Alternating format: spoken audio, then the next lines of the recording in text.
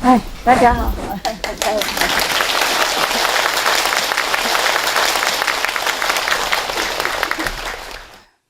Do you like to see some northern performance from United Korea?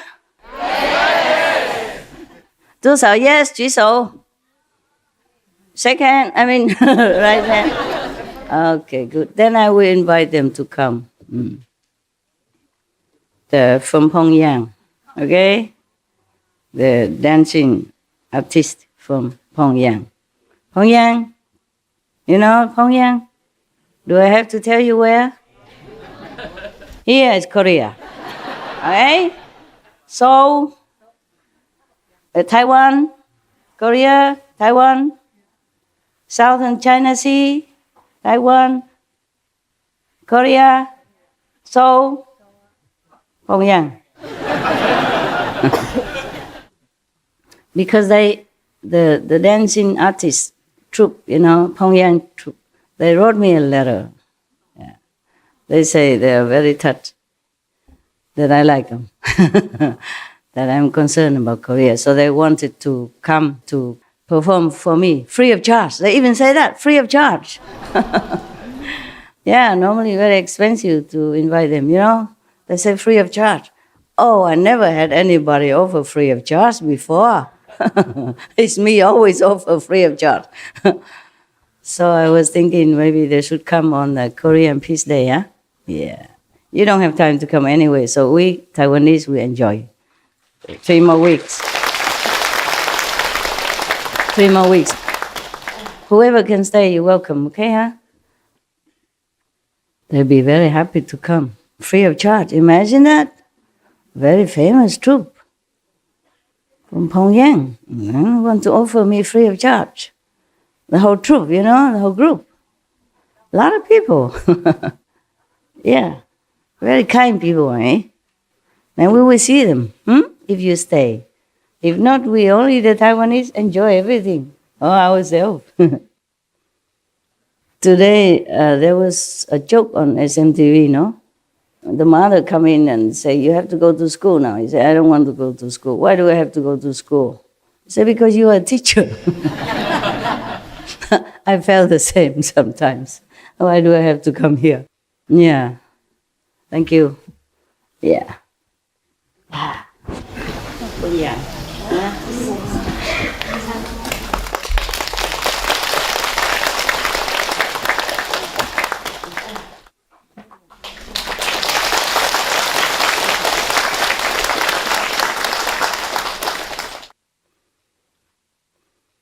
If don't need, can give other people.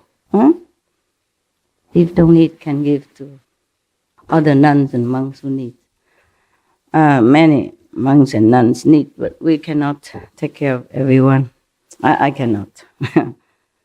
Sometimes I don't know them. Sometimes I do.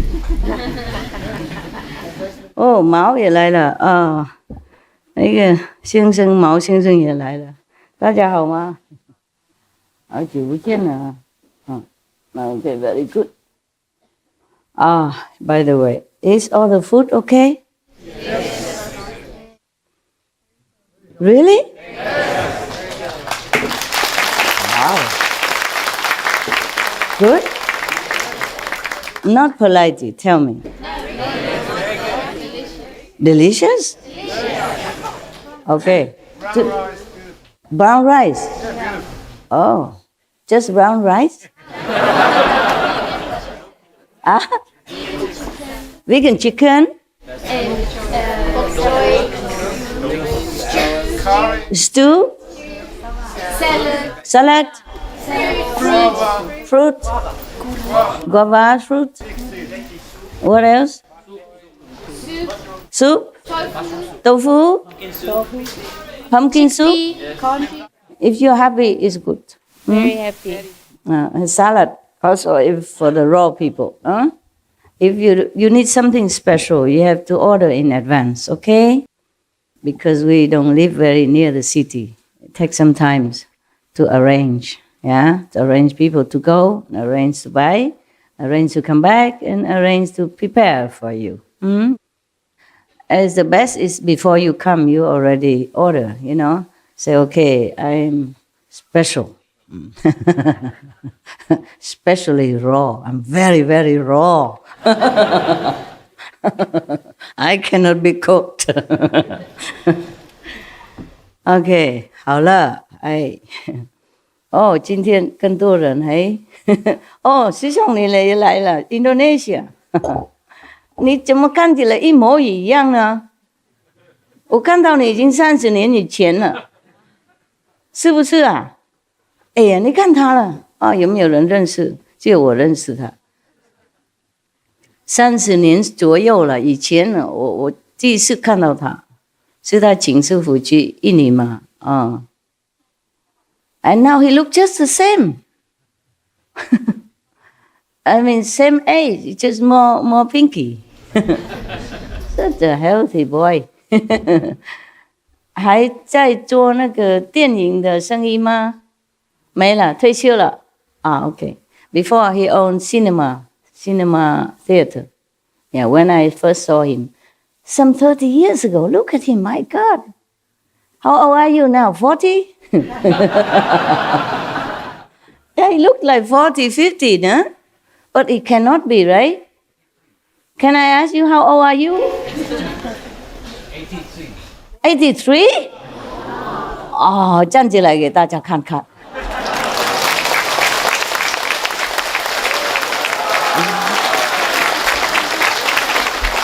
Incredible. Incredible. 不敢相信啊！No， 不是38， 83了，不是38 83了。还是这么好，还住一样的地方哈。哎呀，我会想念你们那些煮那个菜呀。我来那边的时候，哇，菜最好吃。我现在想起来还喜欢的。他们不晓得他们家人煮的好好吃，也不是什么很豪华的什么，就是那个口味刚好。很高兴看到你了，好久不见了。还有你们毛跟那个周生意都好吗？还可以哈，还不退休？还没小孩都长大了就可以退了吧？Never mind， 那些是旧朋友了 ，OK， old friends， yeah, long time ago. This couple from Singapore and he from Indonesia. Yeah, give a good impression of their country. Lovely, lovely people. Okay, now we go to India. You like? Yeah, let's take a flight. In our heart and flight, free of charge. Yeah. I was thinking of that joke. I also sometimes don't feel like going out to be a teacher. I can't believe being a teacher. You have to worry so many things. Before, when you see some master go on the stage or in the temple, they just go and sit and just talk leisurely. And you thought, oh, nice to be a master. Yeah. And many people run around him or her, doing everything for them. Look like, yeah. How come I don't have such kind of life? I do everything mostly myself, and I have to organize many things.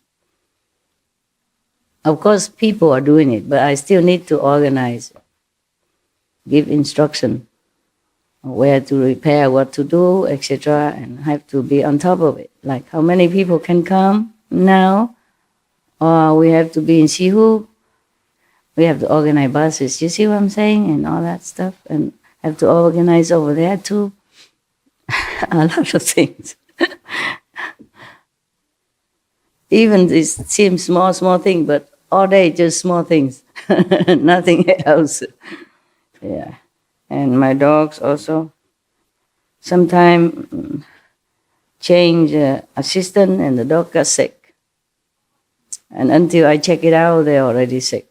Yeah, sometimes too late. And I feel sorry for my dogs that sometimes I just have to leave them for someone else to take care, and not everyone bring good energy or healthy kind of atmosphere, okay, huh? Even though you are initiated. And as you know very well, the past karma, the master power, delete. But the present karma, you must carry on. Otherwise, you cannot live. You must die immediately if you have no connection with the world at all. Yes. And because you're still connected with family, friends, and all kind of things, give and take in this world. So we have to carry on this short life for a while. Yeah, whatever we have to do, we have to do. That's why we need the 5 precepts. That's why the precepts come in. Otherwise, maybe your karma in this life is already destined to be bad. Yeah? Then you have to rely on the master power also, but your own willpower, the precepts, to know what to do, what's right, what's wrong, so that you control yourself. Yeah? Then you take the destiny also in your hands to guide it with the master help into the right direction. So our life is better. Even though we cannot help the whole thing, but at least action don't do any harm, at least. Okay, now we take a flight to India. Yesterday, I was talking about the 4th meditation method with the 2 kings of medicine, plus the 500 other Brahman gods who are also helping with the healing process. Yes. Any healing things, any healing process or power mostly came from the 3 worlds, because it's a physical body, physical world. Yes, and they control them. That's why you see that yesterday is included 500 Brahma gods in there. Probably the 500 Brahma gods were also physically present because they probably incarnated into the world to help people, to help healing. And these 2 kings of medicine, they have been doing it life after life. Therefore, they have such a powerful healing technique or help to their patients. That's why you can see some doctors are good. Yeah, they have green hands. Some people, some doctors still graduate, same, maybe even excellence, great. But they don't have so much healing ability. I mean, a natural ability. Yes. Most doctors, they should not think of themselves as God, but the world revere them as God. Yes. The doctors should always pray before they heal. Yes. In India, there are such like that. I was invited into some doctors' houses. I told you already. At least one of them I saw is written in the office of the doctor saying, I prescribe, I mean the doctor prescribe, but you heal. It should be like that.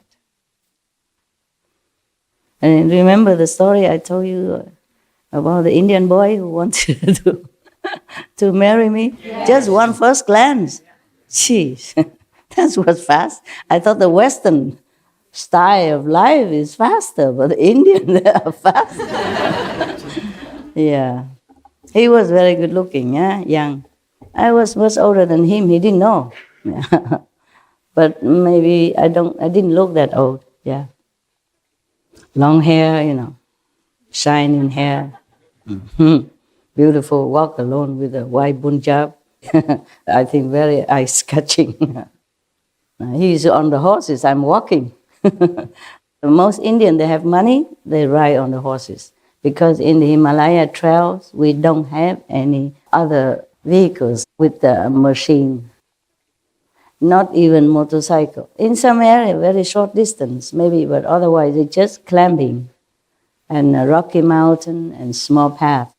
Therefore, they hide the horses And then if the horses cannot go because some are too rough, for the horse even to climb, then they hire these are laborers. Yeah, these are rich people. They do that. But I was no rich. I walk all the time, and I walk alone. Yeah, so it probably was eye catching. So he's young, you know what I'm saying? Yeah, and then still invite me to the mother, no? Normally, mother is very jealous with any of the girl that the boy wanted to marry. Even marry, not just say, okay, let's get to know each other. No, it's serious. I was blushing. I didn't know what to do. Didn't know what to say. So I say, I'm still married. I was, not divorced yet. But still want to invite me to the house. She's a doctor, no? The mother is a doctor. She is the one who invited me to the house. She said, nevertheless, come to look at us if you pass by. I said, yeah, if I pass by, I surely do. I did visit. And she was very simple housewife, not any air of a doctor or nothing, She sat on the floor with like Indian people, cutting vegetable and throw it out. The rest of the vegetable they don't use is throw it out the window, just like that. Chop, chop, chop. Good one put on on one side. Also on the floor. Can wash later, doesn't matter. Floor is good. Floor is clean. I put on one side and the other one just like this. Chop, chop, chop. Put one side, throw out. It doesn't matter because the cows in India, they roam free. They will pass by and eat it anyway. In fact, I did see it. I was curious. After she left to something, she goes some other room. I peep at the window. I said, oh, there's a cow eating it. So there's no waste. It's very cute. I didn't stay long. I didn't sleep there. Just passing by, say hello. And they give me meals. And very hospitable. The Indian people. Even the poor people from the remote area of India, they greet you with a smile and the God's name, Hari Ram Ram. Yeah. Oh, God be with you. Hare Krishna, Hare Ram Ram. They always greet you with that. Yes. But don't ask them where you're going because they always say straight ahead. Yeah. Straight ahead. And if you say something, they always seem like don't agree with you because they say, okay lah. They shake their head, but they say good. Okay. That means yes, right? In India, this means yes. For us, this is yes. But for them, this is yes. I was very confused. I said, I did say anything wrong? I didn't. Why he always disagree with me? And if I ask the direction, straight ahead. Yeah, maybe the rural people, they did not learn too much English, so that's the few words they know. All they know is straight ahead. Well, that's where you should go, actually. Yeah, where would you want to go? Straight ahead, no? Very good people, Now, let's go yesterday again. I told you the calendar always pops up by itself. So yesterday we said that the physician king and superior physician say that the Buddha asked them about, asked the assembly about perfect penetration. For them, as we have been certified, the cause of flavors is the superior means. But as I have told you already, they were attending to the Buddha personally. Therefore, the Buddha was blessing them immensely, being so near. Maybe they have to touch the Buddha pose, listen to the chest. In the old time, they don't have this stethoscope. They just put their ears right on your chest and listen. How more near? How nearer can it be? Okay? Therefore, they probably soon out physically. And their astral body just flew up to heaven. Therefore, the flavors at that time they tasted is not the same as the normal flavors that they taste with the ordinary medicine for other patients. Yeah. But then because of that, they thought, oh, it is the flavors that give me awakening And the Buddha even certified to it. So for us, the flavor is very, very important for enlightenment. He even says superior. So they become enlightened by means of flavors. That's what they say. But don't try, don't go pharmacy and taste everything. Huh? Will you get enlightened then? The pharmacist will call police. There's a people, a lunatic people coming to my drugstore and making trouble here. And then you say, no, I'm just tasting. I want to be enlightened. Now, there is another one coming up now. His name is Bhadrapala. And another 16 awakened lords who were his companions arose from their seats and bowed at the Buddha's feet. He said to the Buddha, "We first heard the Dharma and left the home life under King of Awesome Sound Buddha. Once, when it was time for the Sangha to bathe, I followed the custom and entered the bathhouse. Suddenly, I awakened to the fact that water does not wash away the dust, nor does it cleanse the body. At that point, between the two, I became peaceful, and I attained the state of there being nothing at all." Perhaps emptiness, they call it. "To this day, I have never forgotten that past experience. Having left home with the Buddha, I have gone beyond learning. That Buddha named me Bhadrapala. Wonderful touch was revealed, and I accomplished the position of the Buddha's disciple." The Buddha means Shakyamuni Buddha now. The World Honor One asked about perfect penetration. As I have been certified to it, touch is the superior means. So that's his meditation method, touch. I don't know what touched him. Didn't say here. Probably from the water, or when they were bathing together. In the bathing, and they have to cleanse themselves. And then suddenly he realized through the touch that it's not the water that cleans. But of course he has transcended the normal state of awareness then. Yeah. Otherwise, if you touch yourself all day long, you feel nothing, no? Do you feel anything when you touch yourself? Or even your brother next to you touch you? Try, touch anything. I won't feel anything. Yes. Therefore, actually, if you want to read the sutras of the Buddhas or the scriptures of any religious order, you must be enlightened first. Yes, you must have more or less similar experience, of transcendental awareness. Otherwise, people, what? Just a smell of herbs and he became enlightened? Then I go smell the herbs all day long. Then I get enlightened quicker. He only take care of the Buddha once, and the herbs at that time only, or one time, and he get enlightenment. And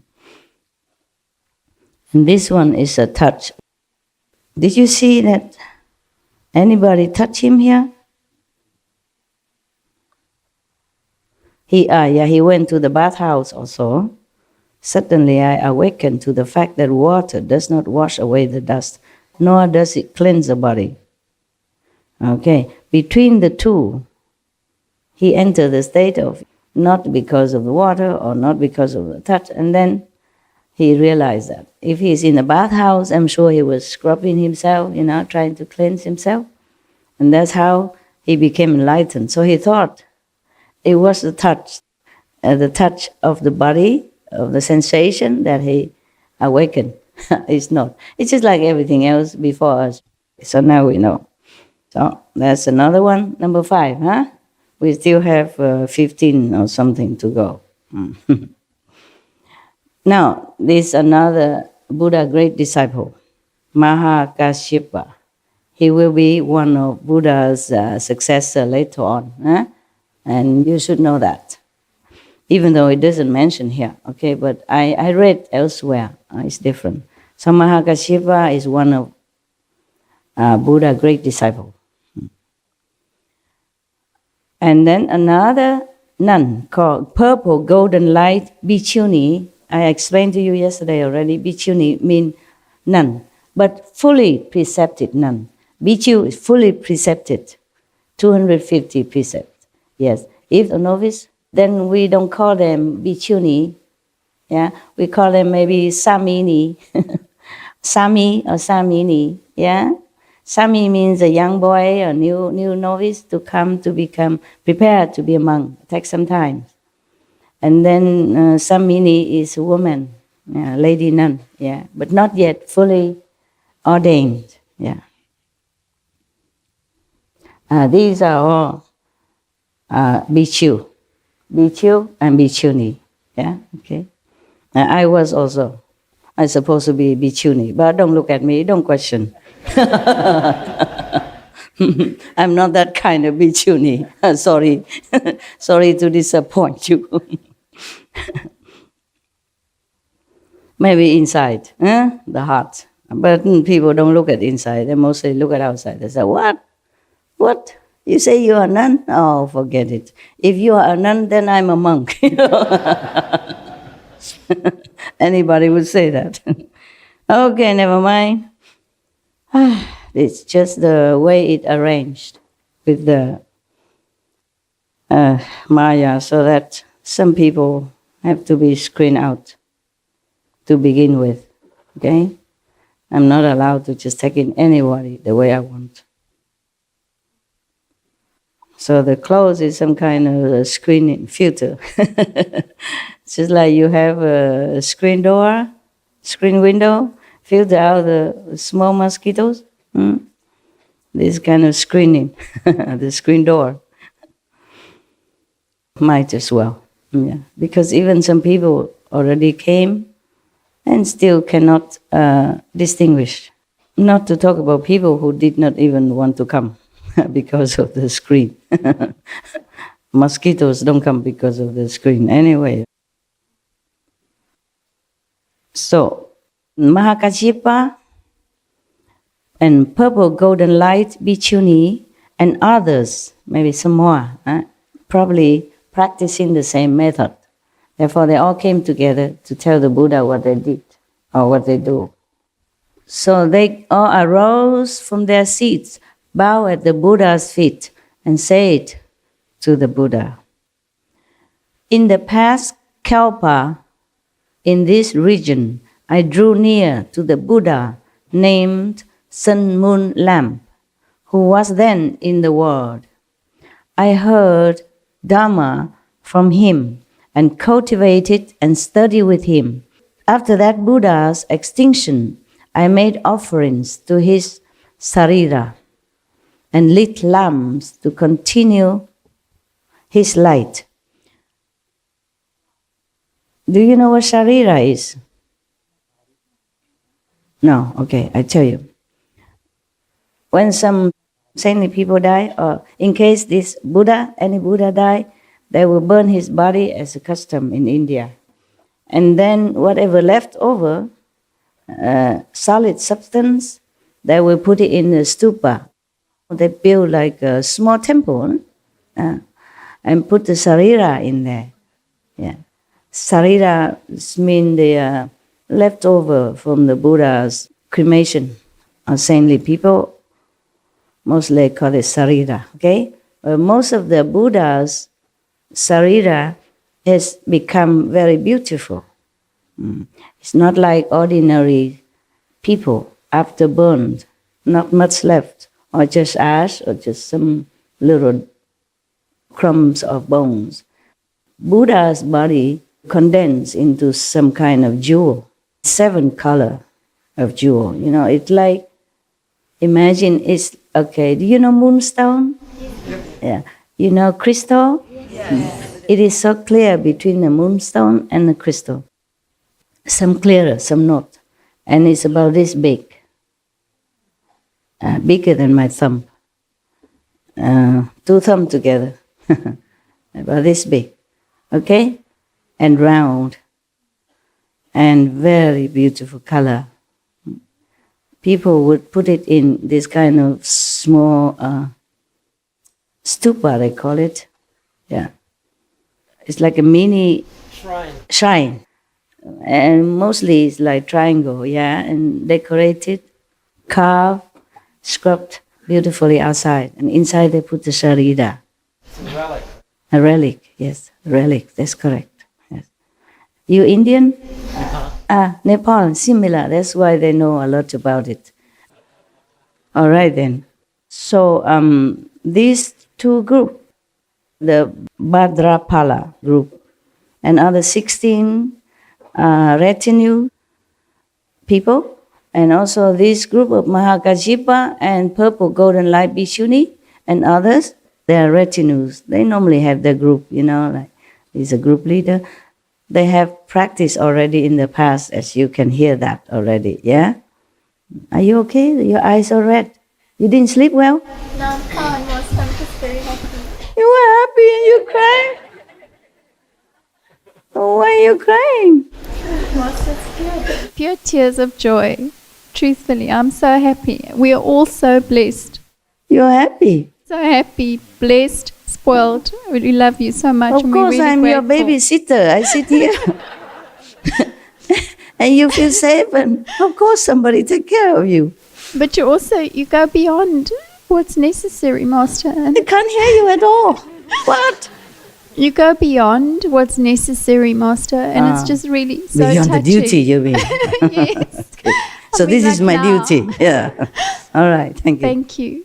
I'm glad you're happy. Okay. You just like fans, that's all. I don't know. Like those famous movie stars and singers, if they sit with you, let you come to their house, of course you're happy. Huh? Even you're not coming to their house at all, you're not allowed to. You just stay in a big open air theater somewhere and you already, hoorah, hoorah, hoorah. Oh. And here I let you in my house and entertain you every day. If you're not happy, then you must be crazy. I can understand that. Yeah. No, I guess it's different. I hope it's different. I hope you're not just my fans. Oh, whatever. Yes, I do what I can. I thought you didn't sleep well, your eyes red. So they practiced before, you see, in the past Kalpa, also in the same region where the Buddha Shakyamuni was at that time. They were practicing with the Sun Moon Lam Buddha, who was then in the world. At that time he was in the world. I heard Dharma from him and cultivated, and studied with him, etc., etc. And then after the Buddha Nirvana, she make offering to Sarita. And he lit lamps to continue his light. Maybe maybe lighting lamps, normal lamps to offer to the Buddha. Or maybe she meant that she continued to teach people because she said she lit the lamps to continue his light. So I guess that she was kind of continue his teaching lineage. Yeah. Otherwise, the normal light cannot be Buddha's light, nah? That's what I guess. Okay. From that time on, life after life, my body has always been perfect and has shone with a purple golden light. The Bhikshuni, purple golden light, and others make up my retinue. And we all brought forth the resolve for Bodhi at the same time. So that was their story. Yeah? She continued. I contemplated the world's 6 sense objects, change and decay. They are but empty stillness. Based on this, I cultivated extinction. Now my body and mind can pass through hundreds of thousands of kalpas as though they were a finger snap. Wow. Meaning time has no control power over this bhikkhuni and her retinue. So that was the talk from Mahakassapa, introducing also purple golden light bhikkhuni at the same time, also telling the Buddha what practice he has been doing. That was in the past Kalpas. And imagine, they remember everything from the past Kalpas. You remember anything from yesterday? What did you eat yesterday? Not even that, yeah. Well, congratulations. Your memory is extraordinary. Extraordinarily low.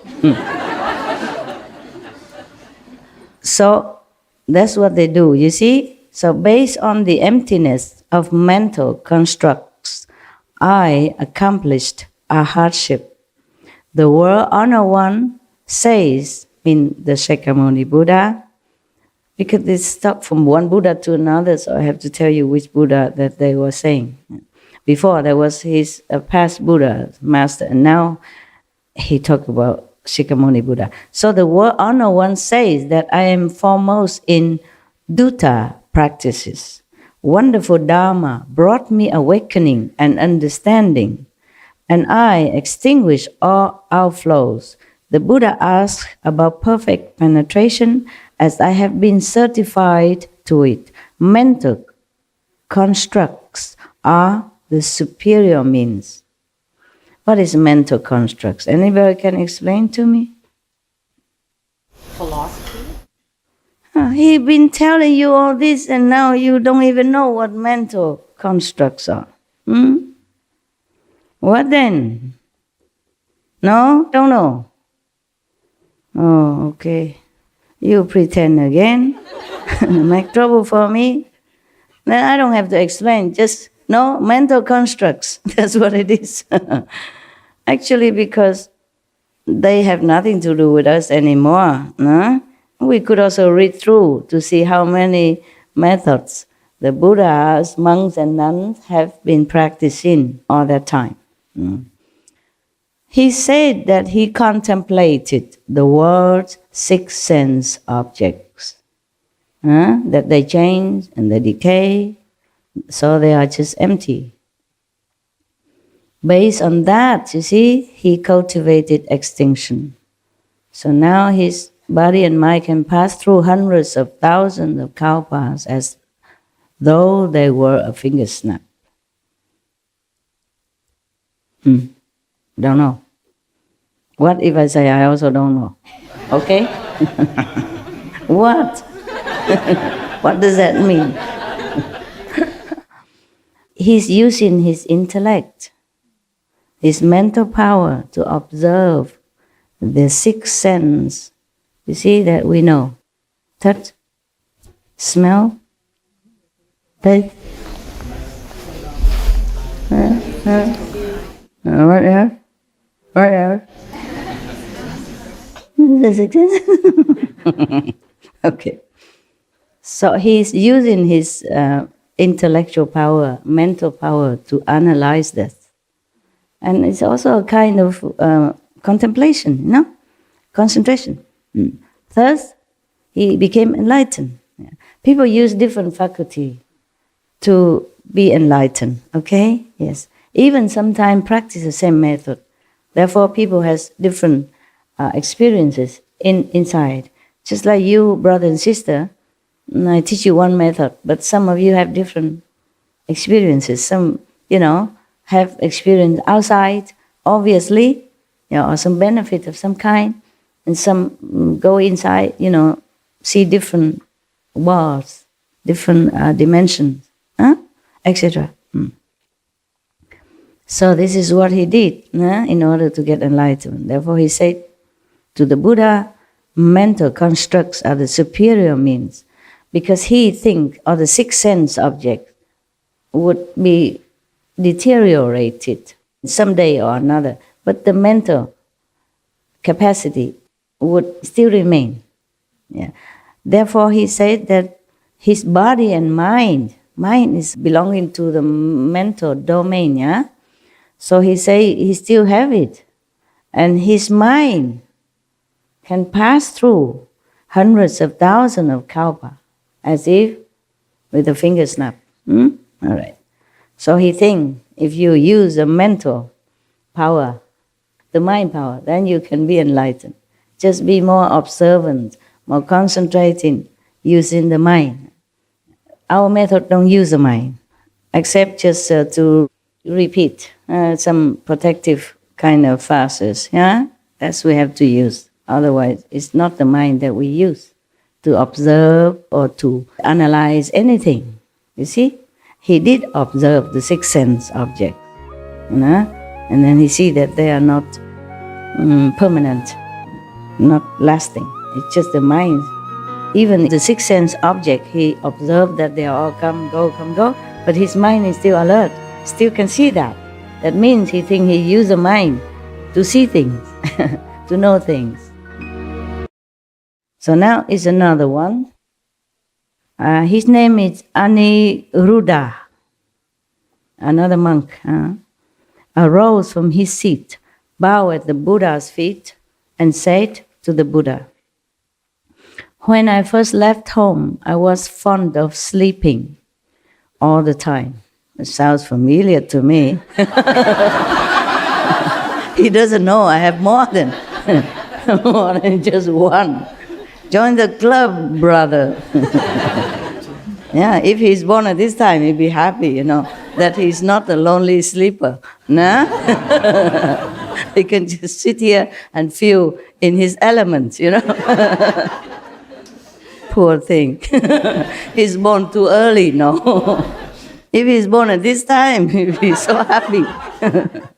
Yeah, sit among you and feel it, wow. We are the same element. We really brothers. The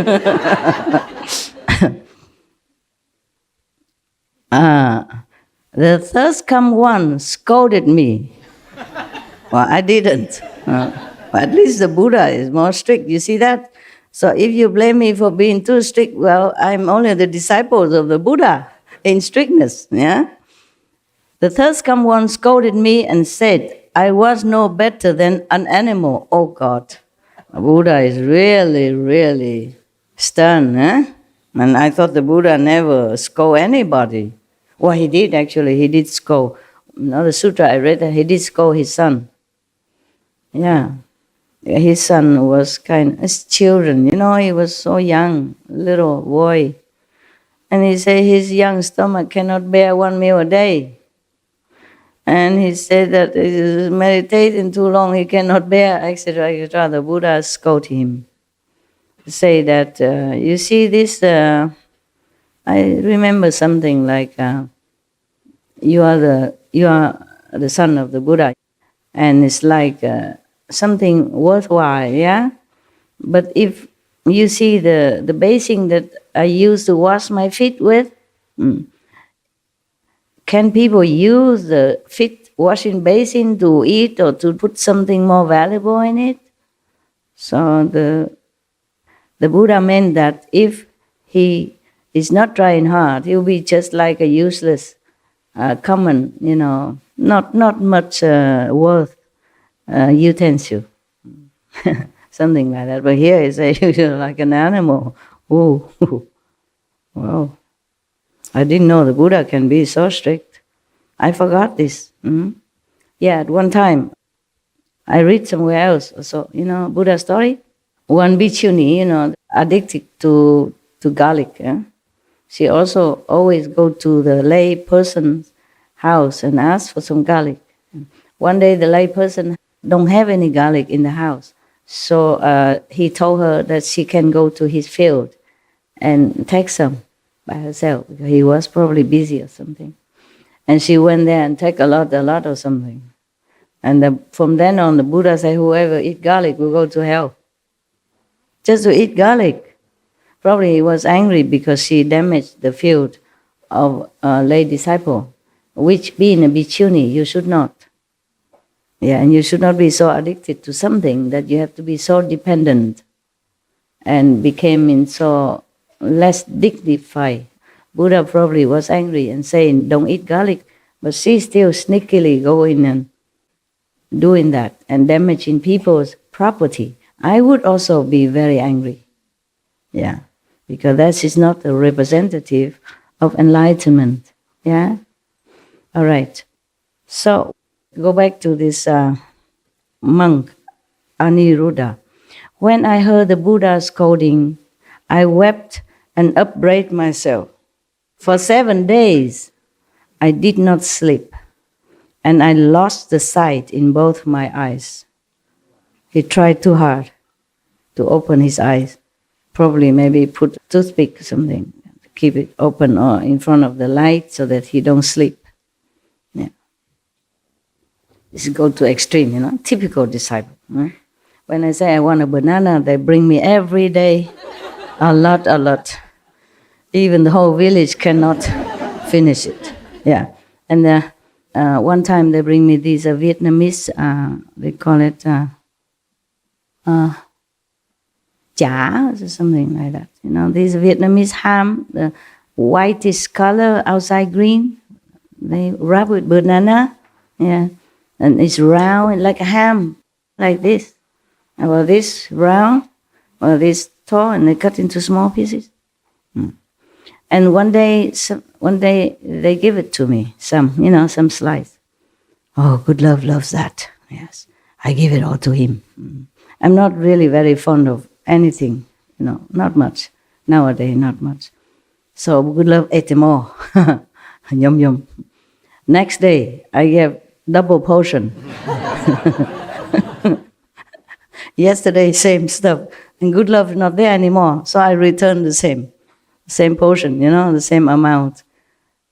The dog's not there because when I'm on retreat, I cannot just have them around. I don't have enough time to attend to you and attend to business and paperwork.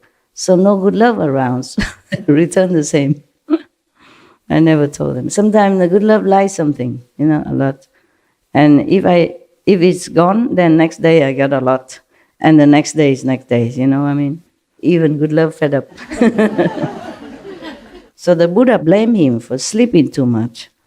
But he didn't say not to sleep, meaning doing things in an appropriate way, nah?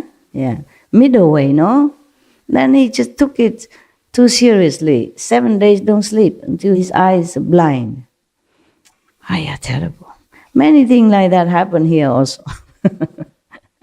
Repentance, good, yeah?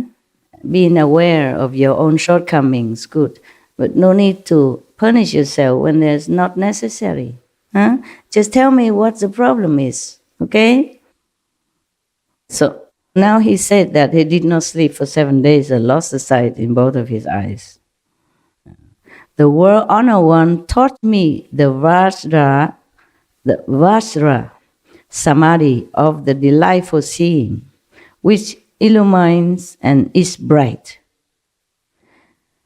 Although I had no eyesight, not that I don't have eyes, no eyesight, I could contemplate the 10 directions with true and penetrating clarity, just as if I were looking at a piece of fruit in the palm of my hand. The third come one certified me as having attained a hardship. The Buddha asked about perfect penetration, as I have been certified to it. Returning the seeing back to its source is the foremost method. Meaning, you don't see with the eyes, just like you are doing in meditation. Yes. As I have told you before, one of the Zen masters said, if he knew, the nature of our own primordial, luminous and glorious self, he would be better being blind, deaf and dumb to begin with. That's what he said. Because we can't use anything. This physical, ephemeral nature of things and the body, we cannot use any of them for enlightenment. So that's why when he has no eyes, he realized after the Buddha taught him how to see inside, then he knows that the seeing source is not from the eyes. The eyes get the seeing from the source, just like the ears get the hearing from the true source. You see, that's why we don't use the ears, but we hear. you see, if you did not practice Kuan Yin method, how would you understand what I'm saying? Huh? Anything at all. Yeah. Even you practice Kuan Yin method. I asked you many times. I did not understand. Not to talk about the people who don't. The blind, lead the blind, both fall into the ditch. Yeah, now you know, huh? So hurry up, okay? Yesterday I asked you about the 2 medicine king, remember? And you talked to me about the herbs. I asked about the enlightenment, their awakening. And you said, oh, because the herbs, the smell of the herbs, the different herbs, the mixture of the herbs. All nonsense. Miss the mark 2,000 miles. Just like you miss the magician's hand, you know, he's doing something to distract you while he's doing something else. That's why you don't see where the pigeon come from, or where his handkerchief come from, or where anything else come from. Yeah. Just the quickness of his hand and the distraction skill. Just like, this is a joke everybody knows, that before you go and learn medicine, the professor teach you to put your hand in some patient's feces and taste it. Yeah. And he did that. The professor put his hand in the patient's feces and tasted it. And he told every student to do it. They did it, yuck. But he said, you stupid, you should have observed. I put this finger, but I taste this finger. Observation is everything. That's what he said, the professor. You don't know this joke? This is very famous with all the medicine, the school. She said, you should observe, man. Observe. Observation is everything. This finger, but I touch this finger. And they all do the same finger.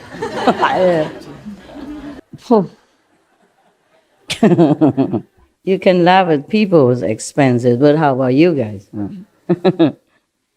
Yeah, we can get easily distracted by some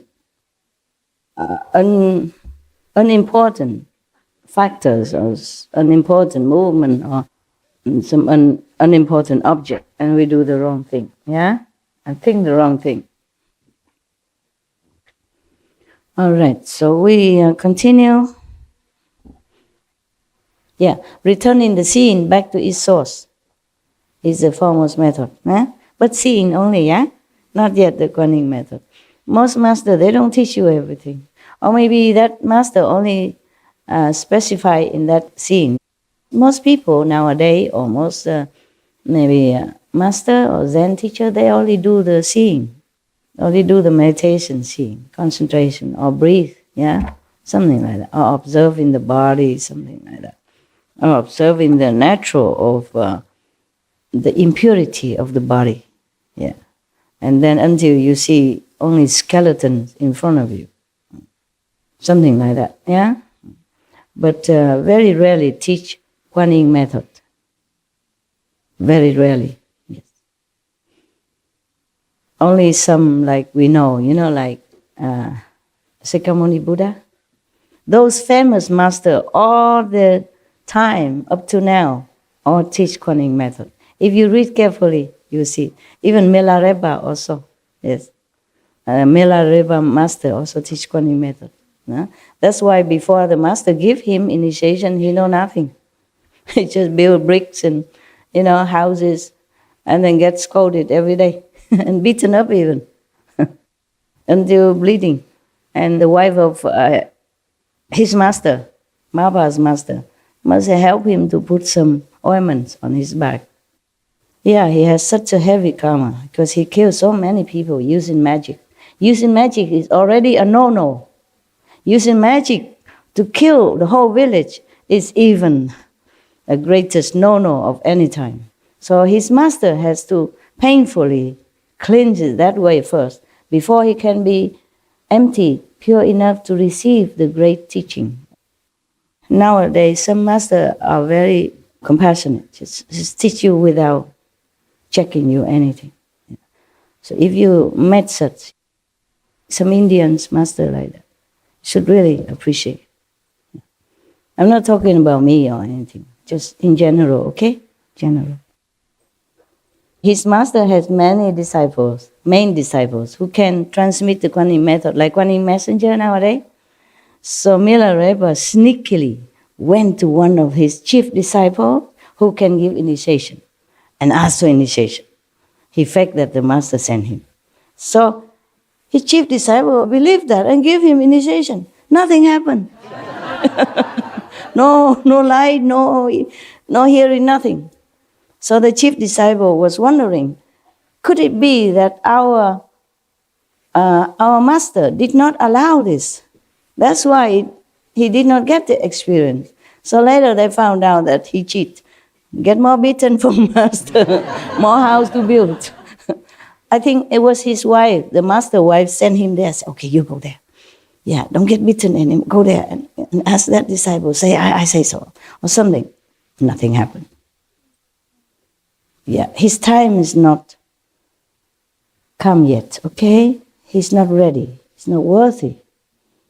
At that time, Mahabharata don't teach a lot of people, you understand? Many disciples, but not many as many. Yeah.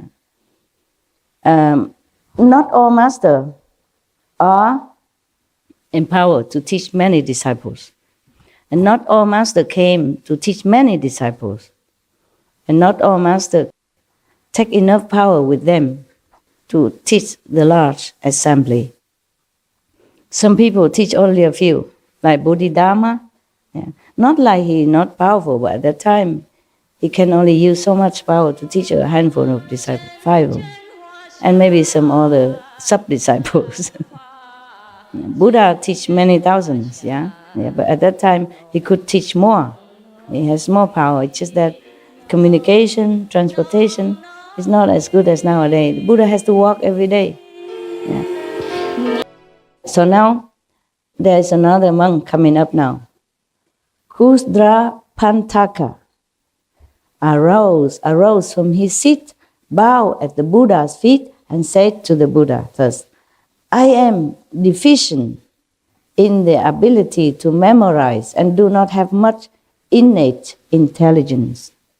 When I first met the Buddha, he means this one, Shakyamuni Buddha. The other two were talking about the past Buddhas that they learned with. But of course now they also learned with the Shakyamuni Buddha. But this one learned directly, just like the first 5, yeah, or Ananda, yeah, or Sariputra, I guess so. I can't remember, yeah.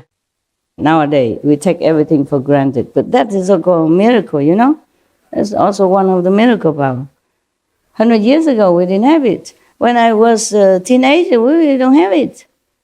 Yeah. And then slowly we had black and white TV. And we have those big box that you can communicate as a telephone, but short distance. Not to America from Taiwan, no. Nowadays we say, oh, my phone. How come it's not working enough? You know, I have to buy a new one, you know, new new product, yeah? Or new iPad or iBox or whatever that is. Oh, man. You know, not enough that there's an number 6, you know, iPhone number 6. Have to buy number 7. Yeah, new coming. Yeah, stay in all day, all morning, all night in front of the eye office in order to get some eye, new eye, the first eye, you know, and then boast about it. Oh, I got the first 10, top 10, whatever, yeah? Remember, you know, right? Yeah, telling you. This is not good enough. Must be more. More I. Yeah, my God. We should be thankful every day, you know, really. Because I am so thankful that when I took a hot shower this morning and I was having a warm shower, you know, I said, wow, how wonderful. How wonderful that I even have hot water, running hot water. You know, in Himalaya you don't have. You bathe in the Ganges River no matter what the season, yeah? Some ice cubes still floating on the water, and then you have to bath in that. But be happy that you live near the Ganges River already. I was always happy and always grateful.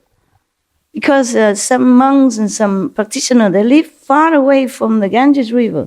To go down the cliff, you know, and have to carry water up to their cave which is on top of the mountain, is many steps, or don't even have steps. You have to find your way, and it's not that easy. The path is full of loose stones and rocks. You could, lose your life anytime. And I stay in Rishikesh at that time, which is very near the Ganges River. Just take a short walk, maybe 3 minutes, 5 minutes, on the flat land. Not too flat, but, not like very slippery or very slanted. No, very easy to walk, like you walk in the garden here. And go to the river and take a bath, wash your clothes and hang on the rock. And then it dry in no time. India, very hot. It dry in half an hour. Or maybe half dry, and then you can wear already. And then while you walk back to your mud room, it dry completely. No need spinning machine, nada. I love that kind of life so much. I wish I could go back there. Just rent a mud house. It costs like a gift, Costs a few rupees. It's not even $1. Because over there, they don't try to make profit. They make everything cheap for the pilgrim, yeah? They're so spiritual. Even the business people, they're so spiritual. They make it so that they don't lose money only, yeah? And gain very little bit to continue and to repair the house. They don't think of business. Everything there is very comfortable. If I go there now, with not much money at all, I don't even have here, but I could live forever there, truly. The Indian people are wonderful. Nepal also similar region people, they're wonderful. Yeah. And to come to talk about it, why don't I just go there? Why dream about it? Why don't go back there? Yeah, there are some mud house you can rent, If not, I just live outside. And now I even know how to take care of myself. I can even afford a tent. I can afford the bus and the horse so that I don't even need to carry. When I was alone, I can't afford it. I have to sell in or get rid of things because I'm alone and I can't afford to carry a lot. If I go to India and I have an ashram, you can also come, I don't know. See where life takes me, because I really love that type of life. And I can meditate as much as I want. Evening, I climb to the roof. It's flat, mud roof, flat. There's no ladder. I was so good. Now I cannot do that. At that time, I just climb up like nothing. There's some little hole in the mud house, and you just use your toe to grip on it and we come up. Nowadays, if you pay me, I won't dare, Truly, at that time, I was kind of invincible. I do anything, go anywhere. Drink dirty Ganges water from the downstream on the lowest area where the lepers living up there, on top, higher up. Nothing happened to me. Has a big fever, going to Bodh Gaya in summer, when the heat hit you, like you could not even walk. You walk like this. Like you're climbing the big hill. And it's only flat road, but it's so hot. Even Indian people don't dare go out. I was so naive. I walk in the noontime because I'm eager to go to see Bodh Gaya, where the Buddha sit under the tree, the Bodhi tree to become enlightened. I was eager. I did not know time or no sun, nothing. And I walk, and it seemed like you carry a mountain and walk up another mountain.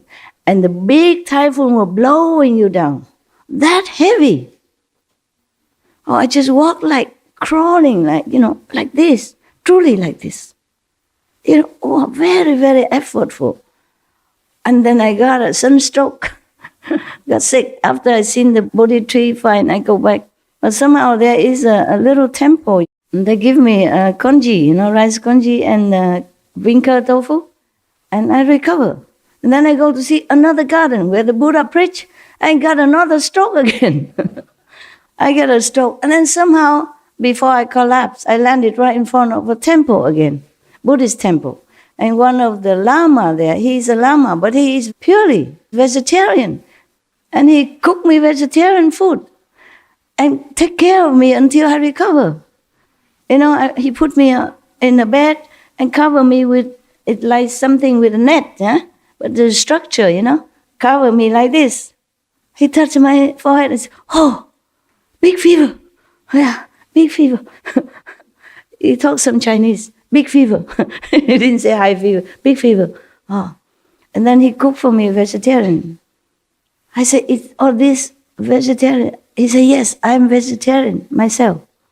And later, when I was first in Taiwan, I sent him some vegetarian food from Taiwan because he didn't have much there, but such a big heart. Yeah.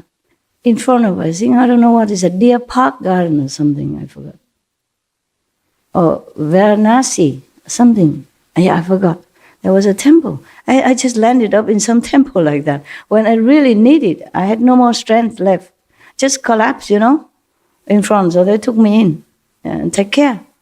And just simple congee, like rice soup like you eat in the morning, and tofu, bean curd, that's it, and I recover.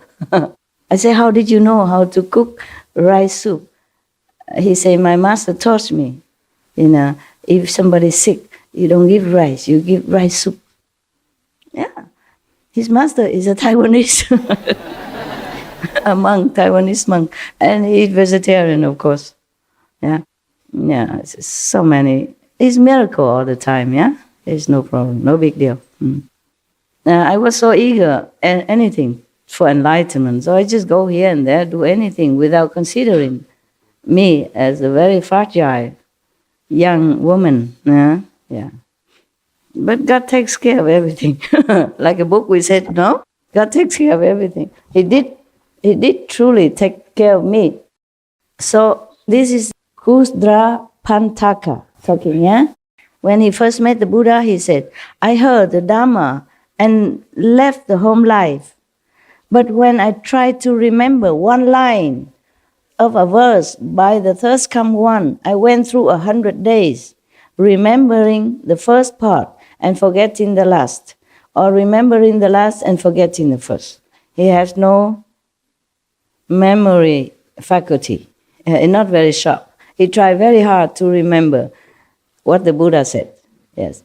In those days, and nowadays also, in many parts of the world, people don't have other facility, or they just do like tradition, memorizing the whole Bible or the whole Quran, memorize the Buddhist scripture. I also did memorize some. You have to memorize some, like the morning service, the evening service. And when you make offering to the Buddha and recite some mantra for the ghosts and all that, you must know. I had to memorize also some, yeah. And also they memorize some of the mantra, the compassionate mantra, like from Bodhisattva. It's a long mantra, yeah, or some shorter mantra. But evening or morning service, you have to remember. You cannot just sit in front of the Buddha, bowing and then reading. You have to prostrate to the Buddha and, "Oh, I forget. What was it? Buddha, what was it? What was the last part before I bow? I forgot." You have to learn by heart, yeah? Like you have to make offering to the Buddha. I learned both Chinese and Vietnamese. Yeah, in the morning you have to make offering. Yeah, like 供养清净法身，如彻若佛. You make offering to different Buddhas, and then you make a mantra for the ghost, something like that. It's like chanting. It's very nice, very beautiful. You have to learn the whole process. Yeah, you cannot take a book. Oh, where was I before? Over here, I can ask you, where was I? What did I say? But in front of the Buddha assembly, how many monks, many nuns, and you have to read fast, like everybody else. You can just, wait a minute, I forgot. Wait, all of you, wait a minute. So then, this monk, he has no memory kind of talent, yeah? So then he tried to remember the first, then he forget the last. Remember the last, he forgot the first. Yeah. So the Buddha feels sorry for him. He said here. So the Buddha took pity on my stupidity, yeah, and taught me to relax and regulate my breath. You see, the Buddha teaching breathing now, so that he can be more relaxed. Yeah, the Buddha also teach breathing technique now. Yeah, I contemplated my breath thoroughly to the subtle point in which arising, dwelling, change, and extinction happen in every sana, every nanosecond, he said, okay? Every sana, that means nanosecond. In Sanskrit, it says kasatna, yeah. But he realized every nanosecond that because he contemplated the breath thoroughly, yeah, until to very subtle point, so that he see the arising, dwelling, change, and extinction happen all the time in this world or the other world. Yes, every nanosecond, something new arise, something change, something exists, destroy every nanosecond. So he continued, my mind suddenly attained vast non-obstruction until my outflows were extinguished and I accomplished arhatship. Beneath the Buddha's seat, I was sealed and certified as being beyond learning. I mean, he's already enlightened, yeah. And no need to learn any book or any instruction anymore. Just continue to meditate, to continue further, yeah. So, and the Buddha asks us about perfect penetration, as I have been certified to it. Turning the breath back to emptiness is the foremost method for him, yeah. The Buddha say 84,000 methods, yes? So, the Buddha taught him this breathing method. But it's not a normal like breathing that you get enlightenment. It's not. You have to turn it back to the emptiness. There were no more breath at all exists. Before the breath even come. That's the original emptiness. That's how he get enlightened. So, you think you want to learn this? Breathing? No. Some people still do. They have pranayama and they have breathing technique, yeah. And all kind of things, yeah, yes. There are different teachers, teach you different things. In India, there are many methods, okay? They have some royal technique, hatha yoga, and other things, yeah, they call different names, yeah. So now, another monk arose from his seat. His name is Gavampati. Bowed at the Buddha's feet and said to the Buddha, I have mouth karma, created from a past offense. I slighted a shamana, and in life after life, I have had this cow cut sickness, because he probably cursed one of the novice monk before, many lives before. And life after life, he still have to have that cow cut sickness, okay? So the third come one taught me the mind ground Dharma door of the purity of a single flavor. My thought was extinguished. I entered Samadhi and contemplated the awareness of flavor as not having a substance and not being a thing. As a result, my mind transcended all worldly outflows. Internally, this is a result, you see. Internally, I was free from body and mind, and externally, I abandoned the world. Not like going to the moon, I guess, no. Meaning he not attached. I left the three existences far behind, just like a bird released from its cage. I separated from filth and wiped out defilements. And so my Dharma eye became pure, and I accomplished arhatship. The third come one certified me in person as having ascended to the path beyond learning. See that? This is another method that the Buddha taught him. Maybe it depends on their faculty and their ability and their intelligence. Yeah, even the Buddha get the so stupid student, he still can can raise him up to arhatship. But being stupid is not a sin. Being stubborn, being big head, big ego is a problem that separate you from Buddha nature, and stop yourself from understanding the real teaching of the Buddha inside, not the talking outside. That's why this monk before, he cannot even remember one sentence. Yeah, he forget the front or forget the back. He still can attain arhatship because he's not arrogant.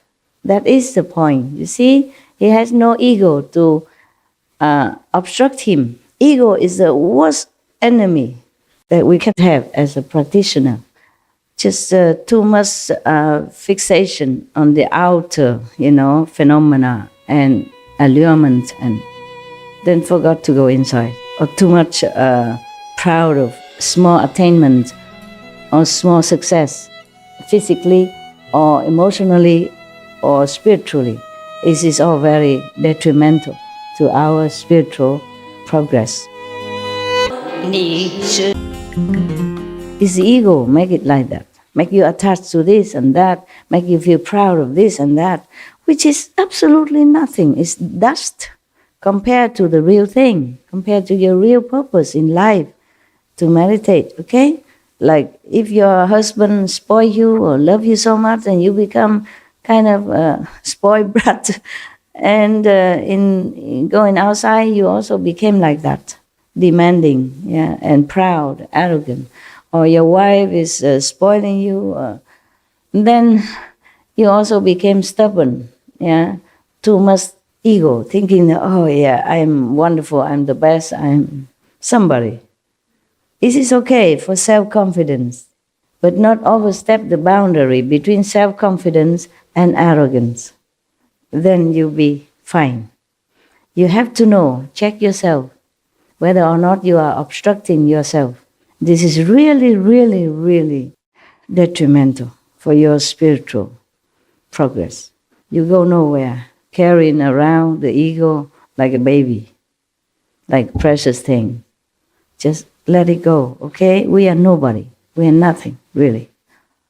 I mean, maybe outwardly, look like I'm your master and teaching you, but inwardly, I don't feel like I'm anything. Inside my feeling, I don't feel like I'm something important. I never had this kind of even feeling to grasp at, I do my stuff, diligently every minute, every second, every hour of the day, what I can. Take care of my dogs, take care of my things, do my business, take care of whatever I have to. And if you come, I teach you a few things, but inwardly, for example, suppose I do scold you. It doesn't mean I'm arrogant or anything, because I don't feel like I'm anything. I just do what I have to do. It's just like I tell my dog, stop it, Don't play too rough. That doesn't mean I don't love my dog. That doesn't prove that because I'm their master. It's not like that. I just have to stop them before they get too serious and biting each other. When they get cranky, playing too rough, and then one get hurt, and then begin cranky, and then the other one also more cranky, and then it's become a fight. Yeah? So I have to stop them then. I say, stop it. I do something to stop them, not to continue so roughly that it escalate into some more serious problem. That's all. Not because I'm their owner. I don't feel like I'm owner of the dogs or anything. I just have to take care of them. It's just situation. Make it like that. It's just like if I teach you, I tell you something, it's just necessity. Not because I think I'm a master. Not because I think I have the right to do that. It's just automatic. It's spontaneously. So love doesn't always mean smooth talk or nice treatment. So get it quite clear. Yeah. But don't pray that I scold you either. If all of you here come and ask me to beat you up, scold you, then what else would I do? Then we can forget the whole Suragama Sutra or any sutra or whatever. Yeah, just beating, scolding, beating, scolding, beating, scolding. Hundreds of thousands of disciples, scolding, beating all day long. Like Marfa, Milarepa's master. Like what? How Milarepa's master was beating his. His disciple, he is only one disciple. There's thousands. Look around you. And they haven't not all come here yet. Not all of them are here yet. Thank God that the world offer them jobs. Yeah, not all can take holidays, yeah? And thanks God that some women and some men do marry them. You can't get rid of us, Master, Yeah. but you can at least get rid of some. Yeah, get rid of some. Yeah, through jobs, through marriage. Children, thank God they also have children. And friends, and parents, yeah. And mortgage, yeah. And car to pay, Television, machine, all these are keeping them somehow. Yeah, otherwise how do I manage? Now we go back to the Buddha's business. Another man come called Gavampati, okay? And he has a problem with the mouth. It looked like a cow cut, cow mouth. So the third come one taught him mind ground Dharma door of the purity of a single flavor. And then he became enlightened. Yeah, and he has no worldly outflows anymore. He transcended. Yeah. Internally, he was free of body and mind, and externally, I abandoned the world. I left the three existences far behind, just like a bird released from its cage. You know what the three existences? Any of the nun, monk, tell me? Thưa sư phụ, ý nói là vượt khỏi tam giới. Yeah, good. So he had transcended the three worlds, liberated. Okay? Yes. The three worlds is always destructible, perishable. Above the three worlds is a more permanent, okay? Not destroyable. From the fourth level already, yeah. So he feel like he's away from everything that is worldly, filthy, and not pure, yes. And he became a heart. The third come one certified me in person as having ascended to the path beyond learning. The Buddha asked about perfect penetration, as I have been certified to it. Returning flavor and turning awareness around is the superior method. What returning the flavor? And turning awareness around. Turning awareness around, the same like what you do every day. Instead of looking outward, you turn your attention inward, and look inside instead. So whatever flavor it is, you return it to the original of all flavors. The reason the flower, the roses had the smell as it is, because it originates from somewhere else. The reason you can smell the roses, because your smelling faculty originate from somewhere else. So return into the source in one saying, very simple. Just turn inward. Yeah, whatever. If you have either flavor or fragrance, doesn't matter. If once you turn your attention inward, then you're in samadhi. You're free, flavor or not, smelling fragrance or not. That's what it is. The secret is turning inside to the real world, not the physical illusion world here that we have. Similar, then they all turn inward by one method or another.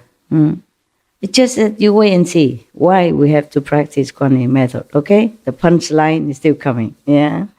Wait at the end. Now, there's another monk coming now. A monk named Pilidavasa arose from his seat, bowed at the Buddha's feet, and said to the Buddha, "When I first left home to follow the Buddha and enter the way, I often heard the thirst come one explain that there is nothing in this world that brings happiness." Is that true or not? Even if it brings a little temporary happiness, we pay a lot suffering afterward. Nah? Like romance, for example, beginning, how nice and hot and whatever, and then after a while, it's bitter taste and suffering, crying a lot, blah, blah. It's very difficult. Once you enter this kind of very narrow love relationship, and you just be kind of locked up in there. And you became jealous of anybody. Any woman go near your boyfriend, you feel like a potential threat. Any man go near, you feel like it's a potential danger to your relationship and your love, for example. And then if the husband or the wife or the boyfriend or girlfriend that day somehow did something, this is not to your liking, I knew it. That must be that woman. I know it. That must be that man. It's like that. And it becomes more and more narrow and more bickering, more sorrow, more possessive instead of happiness. It's just the nature of things. It turns out that way. Very difficult to control. It's your sixth sense of, outward focusing. And then it brings in trouble. And the mind interprets it in the wrong way. And the heart beats it in a different way. It is the world that makes everything seems negative. And even though you normally have a very good and happy relationship, things will happen to make you doubt it. I don't think any woman would never doubt her husband or boyfriend's love until the day she go into this 1 meter square box, right? I heard all the time that they have doubt, they have suspicion about their love relationship, even though outwardly it seems so perfect. A couple, it seems like they're perfect.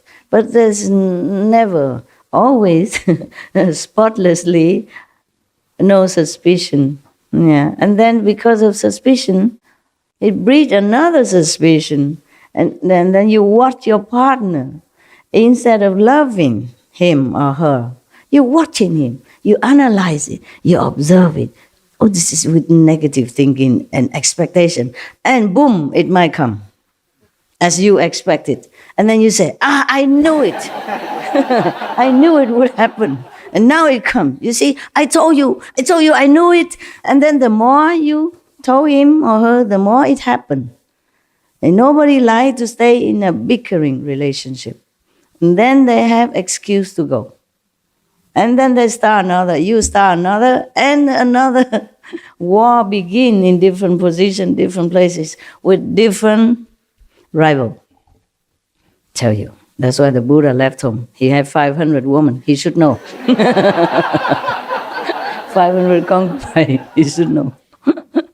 That's why all these monks listened to him, because they trusted him. If the Buddha, who has 500 wives, doesn't know, who else would know? So you got to trust him and be a monk. Be single, no wife, no woman. Trust him, be monk like him. So that's why 2,000 monks always surrounding him, not wanting anything else, not wanting woman or anything. Even Ananda was already captured by a most beautiful woman and experienced artisans, of that time, most beautiful, and have even the Brahma mantra, the most powerful charm mantra of all time. He was already captured and trapped in there. Even then, he prayed for Buddha, please help me. I just want to be a monk. Believe that? Because they trusted the Buddha. The Buddha is full of experience, not just in heaven, but on earth as well. So all the monks never waver, Maybe that's what it is. Maybe that's why they all became monks. Even though being a monk is not easy. You can't even look at any woman. When you walk, you just look about 1-2 meters in front of you only, And then you don't even think about it. But later they did that naturally. They don't think anymore in that direction because they trusted the Buddha, Then they all became very pure monks. That's why they became arhat or bodhisattva so fast. So quick, in a shorter time, because they trust the Buddha completely. Maybe I should have 500 husbands before I became a master. Then all of you probably became monks or none already. Then I don't have to take care too much. All of you, I just give you each one bowl as a souvenir. Then you go outside. Take care of yourself. And maybe bring some back to me. And now I have to take care, tell the kitchen do what, build a kitchen for you, build a place for you to eat, and worry about the rain that might fall into your cup and become a soup instead. Even staying in the cave far away from you, have to worry about your food, whether or not they cook good. Because you're all different nationalities. The Korean would probably miss the kimchi, and the Westerner miss their cheese and, cereals, breakfast. Here we only have congee soup, all the same for everybody. Korea, Indian, German, or English, America, no care. Eat or not. Only one choice, eat or not eat. Never mind, you won't die for a few days, will you? No, huh? You manage, right? You can bear the suffering, right? I feel sorry for you. Wow, what a suffer you have to go through. Eating congee instead of cereals breakfast. Nah? But you seem so happy, so it must be suiting everybody, just like we all practice one method. We all eat the same food. Don't worry, I eat the same with you, okay? I eat the same thing. Nothing extra, okay? I made them give me the same food so that I know whether or not they cook at least decent, okay? Swallowable. It's delicious. Oh, you are just too hungry, that's why. At home, you have a chance to go to your own kitchen. Nah? It's all right. You eat when you feel like. There are always some leftover in the kitchen. It depends on the cook. Miracles always happen. Because some chef come and he cook the congee a little dense. And some other come, it's like watery. I experience the ebb and flow of my life in the kitchen style, all the time. Some cook very generously, a lot, and good flavor. Some are just simple, very sparingly, as if want to save money. Yeah, one day I had to kind of admonish them. I said, the workers, they stay here, or they came here to work, to repair all the area construction. They work from morning till night, and very hard, and also the weather is cold. And they are Chinese or Vietnamese, mostly Asian. And the way you cook congee like this, they don't have enough physical, stamina, strength to continue in the cold and rain. You stay in the kitchen. You can eat any time you want or anything. If you don't like it, you can always cook something for yourself. And you stay in a warm place inside the building. They have to work outside. You have to cook the congee better than this, thicker, okay? Because the Chinese or Vietnamese, they like congee, the rice soup. You have to make it more substantial. That's the only time I demand the difference. The rest, I normally eat whatever they eat. I don't really care so much. But sometimes I advise them, because sometimes the protein don't taste so good. And the salad just too plain. You put some more nuts in it, or the sauce has to be not too sweet. No, put some avocado in the salad so people have also more protein and essential quality, substance. Yeah, that's all I do. Okay.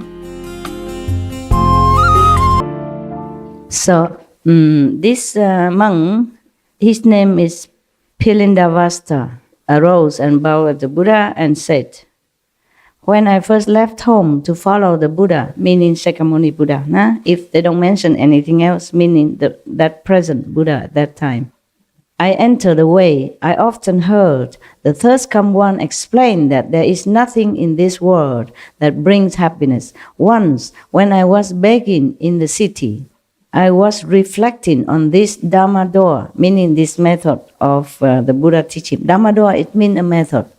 Where they say door, because like you can enter through that. That's why they say Dhamma door. Just the same as method, okay? The Buddha taught him that nothing in the world brings happiness. So when he was like begging for alms in the city, he was remembering that and reflecting on that. And did not notice a poisonous thorn on the road until it had pricked my foot. My entire body experienced physical pain. Poisonous thorn. There's such a thing as a poisonous thorn? Be careful where you're walking, With your shoes. When I was a kid, I remember I walked very often barefooted.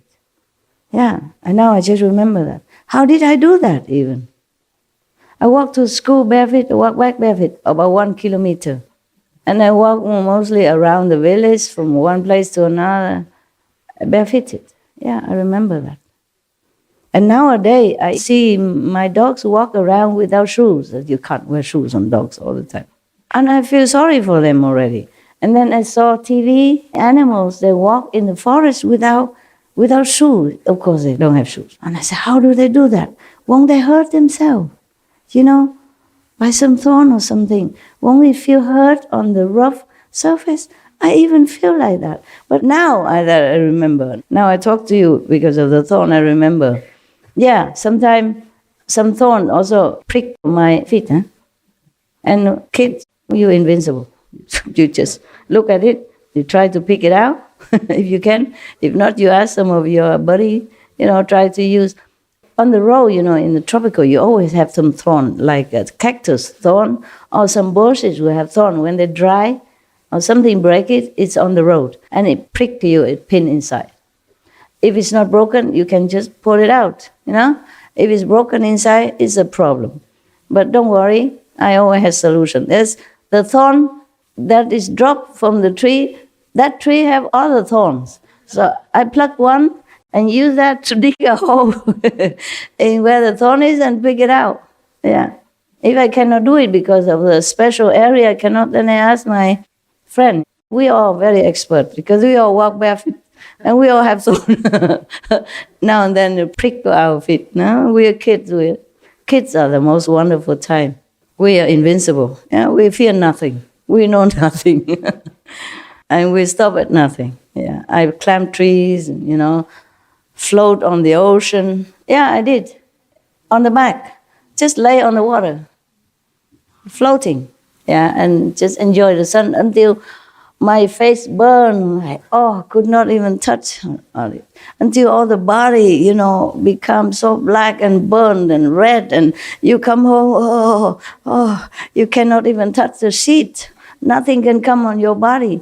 And I don't remember putting any oil, nothing. We were kids. We were just invincible. We would just heal itself. And we do it again. Not like have bad experience and stop. Because Vietnam have a sea everywhere. No? The kids love to go to the beach and lay in there until the sun going, and then our body already all red and burned and suffering, and then go home, ooh, ooh here, ooh there, but then go again. Children, I guess the animals, they're also like that, too pure, too naive, fear nothing, just walk on. So at that time, when the thorn pricked the foot of this Bichu, he experienced the whole body pain, but my mind also had an awareness. Though it was aware of strong pain and recognized the feeling of pain, I knew that in my pure heart there was neither pain nor awareness of pain. There are two states of mind that exist at that moment of pain caused by the poison. One is the knowing of the pain, feeling of the pain. On the other hand, he knows that there is not true pain, no pain.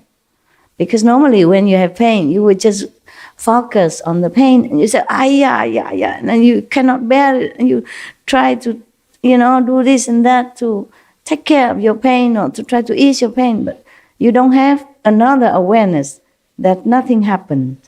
Yeah, that your real self has no experience of pain or damage or any trouble of any kind. So because he was in samadhi, he was already thinking of the method that the Buddha taught him. Therefore, he was already in samadhi while he was still walking. It's just like I told you yesterday, I'm doing some job walking, but I don't see things. I don't see the way it is. I see in the purity of my mind. Yeah, heaven told me that because you are so pure. That's why you see that so far the way you think it should be. And that because your soul is up, you don't see the whole world, but see a part of it only. That's what heaven explained to me. Because when I came back to the physical, the mind don't capiche anymore. So I have to ask heaven, okay, what happened? So the Bhikkhu continue. Pilindavasa continue. I also thought, is it possible for one body to have two awarenesses? He was asking himself. Having reflected on this for a while, my body and mind were suddenly empty. Not like empty, but he's in samadhi. He don't feel the body anymore. Just like some of you sometimes, or even you leave the body and look down and see, oh, who's that? Sitting there, whoa, so old and crumpled. When you outside of your body, you are younger, vigorous, and happy and beautiful. And when you're a little bit older, you go out of your body, you look down upon yourself sitting there and say, who is that? Whoa. After 21 days, my outflows disappeared. I accomplished a hardship and received certification in person and a confirmation that I had realized the level beyond learning. And the Buddha certified him. So the Buddha asked us about perfect penetration. As I have been certified to that, purifying the awareness and forgetting the body is a superior method. Through that, he attained a hardship. Okay, purifying the awareness and forgetting the body.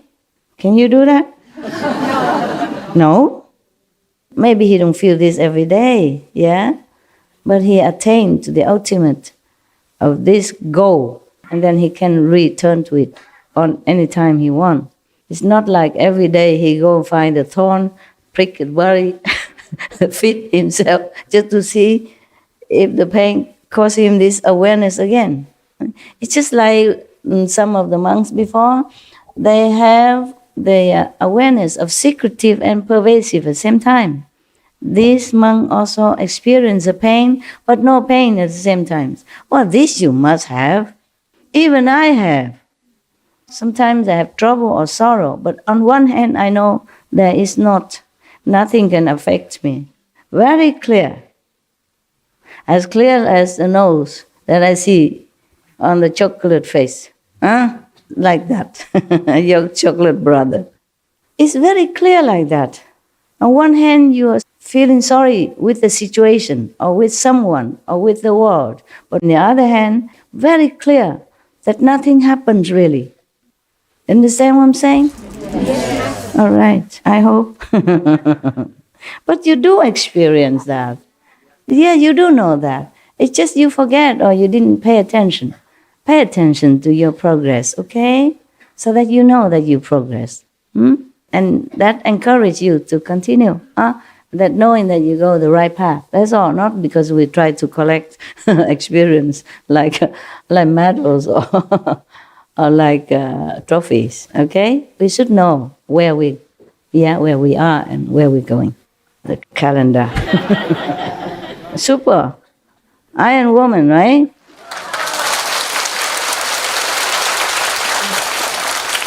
Oh, truly, I don't know why. Because if I'm in the cave right now, I just do leisure, do some paperwork, doing nothing, and then occasionally we'll feel tired.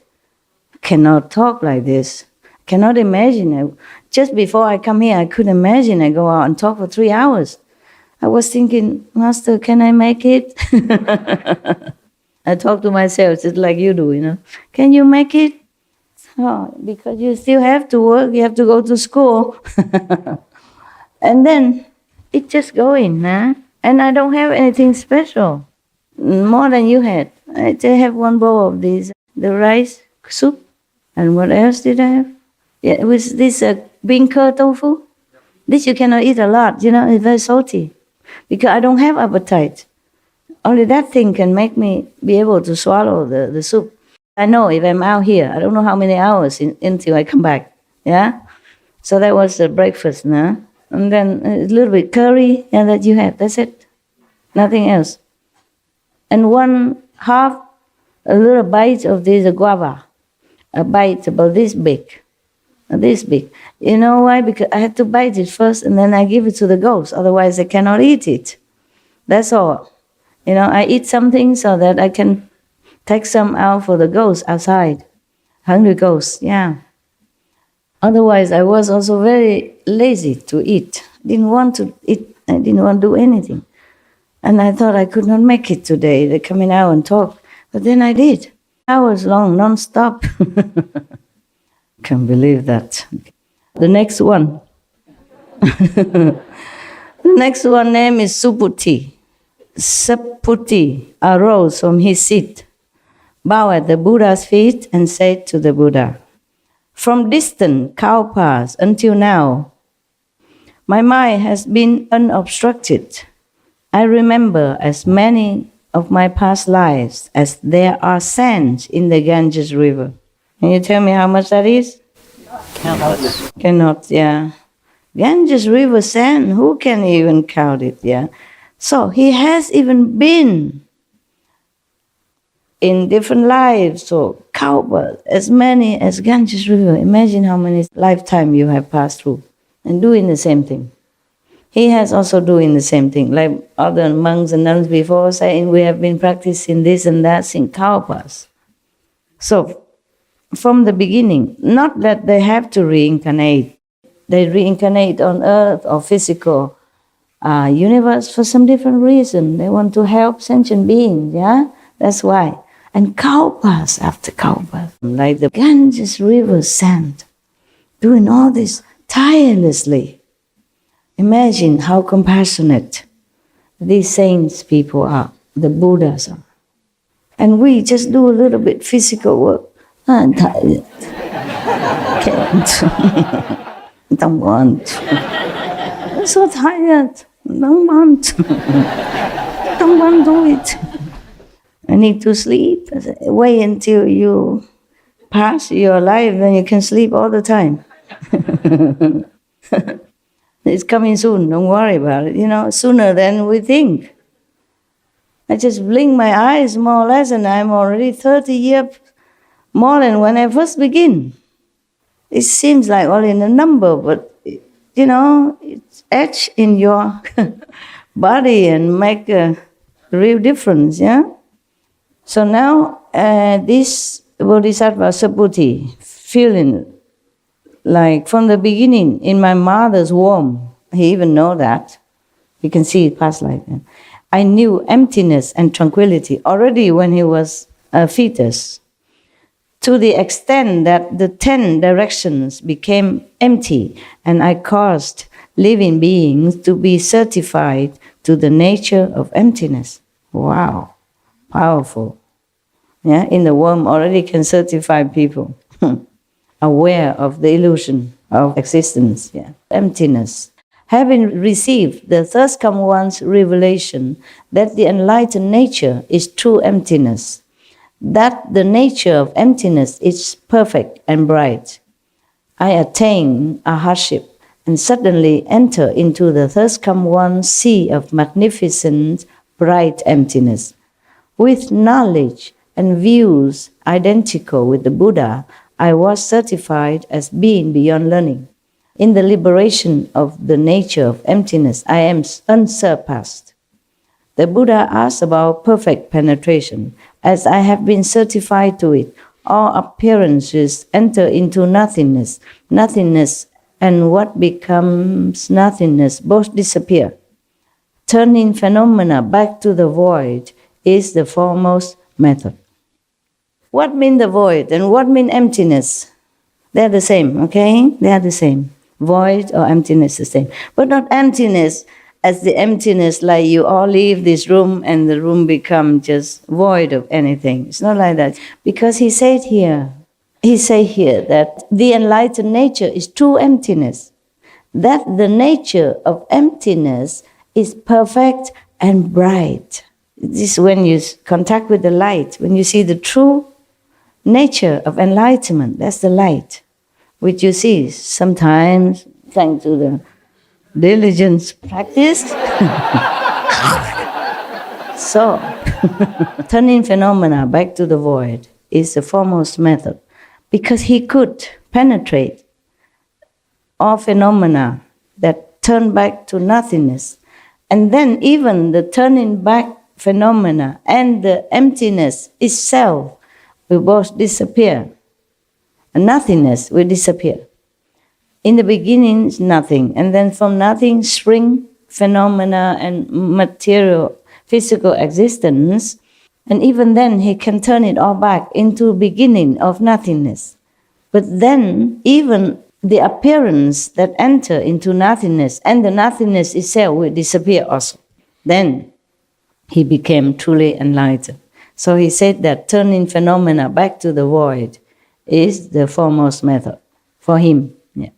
Contemplating on the emptiness of all things. And then even forsake the emptiness. That's his method. Well, maybe we talk again later, huh?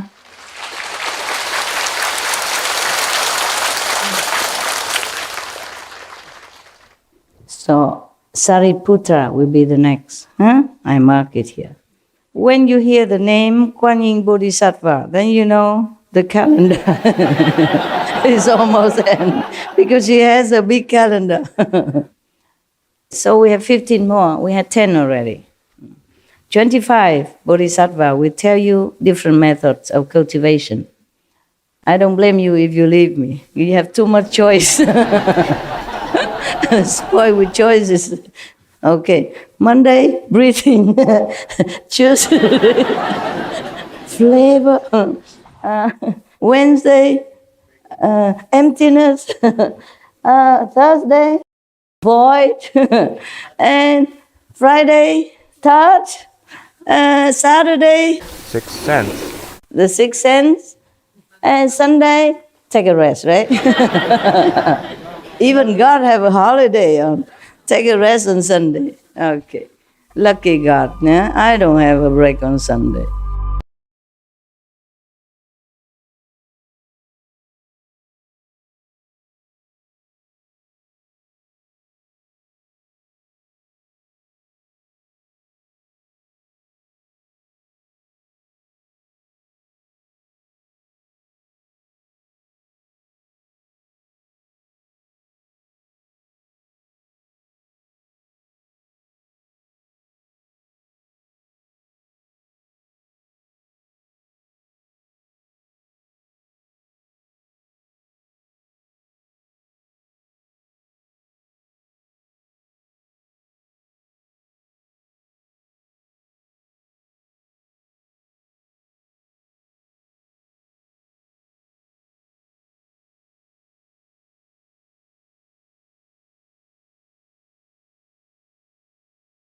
Thank you for being good.